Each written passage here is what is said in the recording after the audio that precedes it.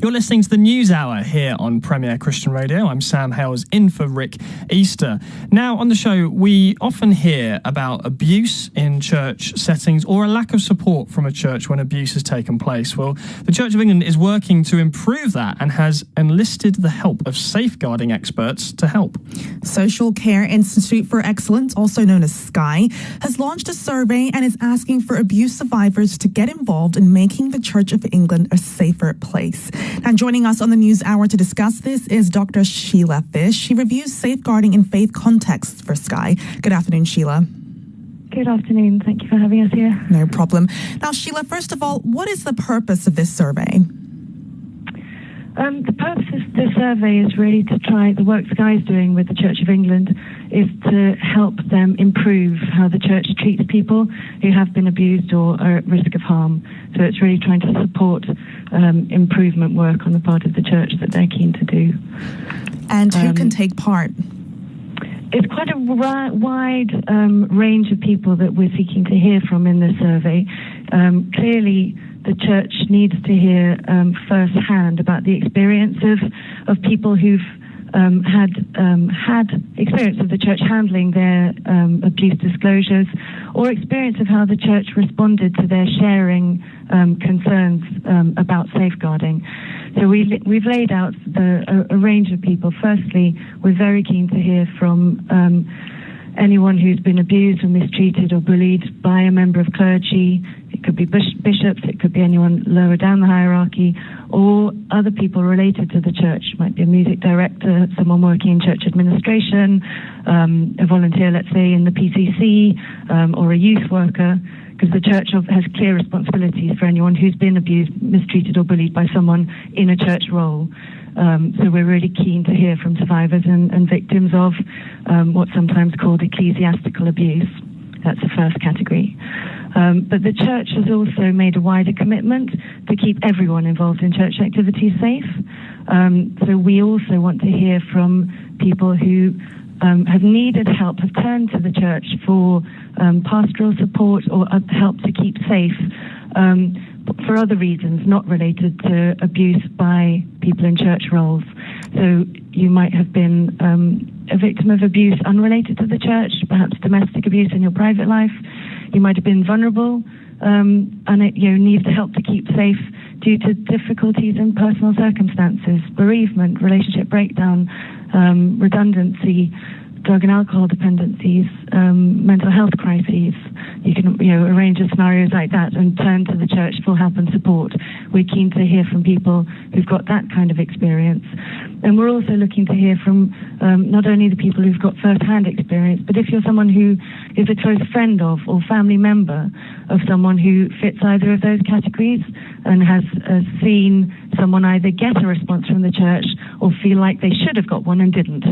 We're very keen to hear from as well. Does that make sense? Yeah. It is quite a broad net. Yeah, which is good. So church-related abuse, but also abuse and vulnerability experienced outside of a church context, but where people turn to the church for help and support.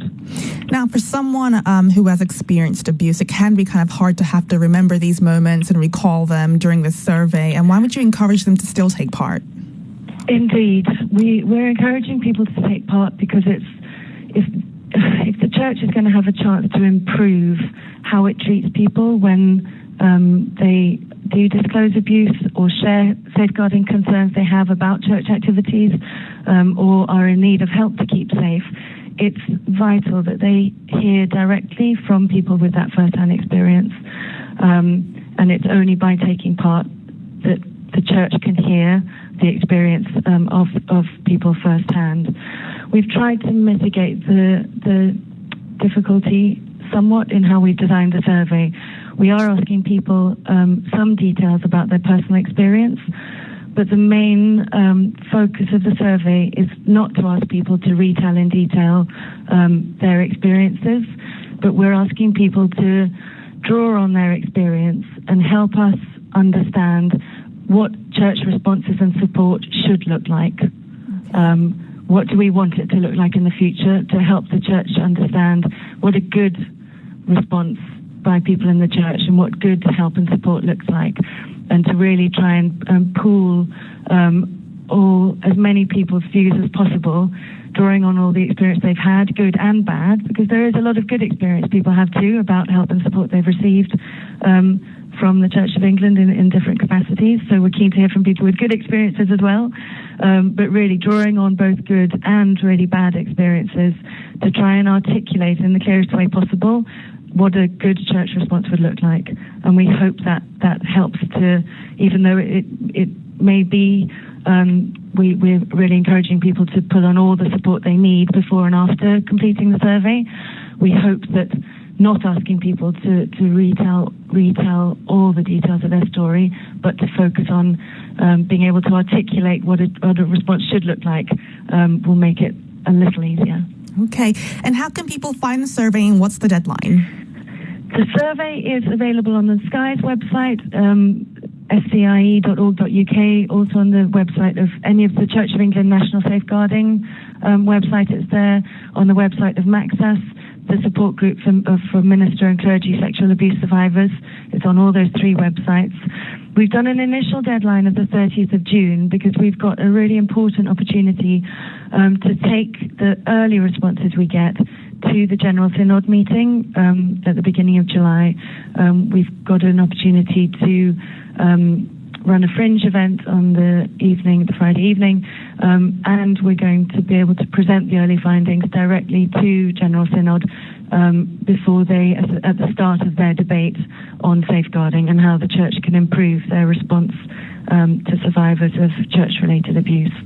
So we're really keen of as many people who can to complete the survey as quickly as possible before the end of June, in order that we can feed the results into General Synod, which is a unique opportunity and a vital forum to get a picture of what does good look like too. But the survey will be open for after that as well. Great. Thank you so much, Sheila. Dr. Sheila Fish from the Social Care Institute for Excellence discussing the launch of a new survey which hopes to improve safeguarding practices in the Church of England. You're listening to Premier Christian Radio. Don't go anywhere.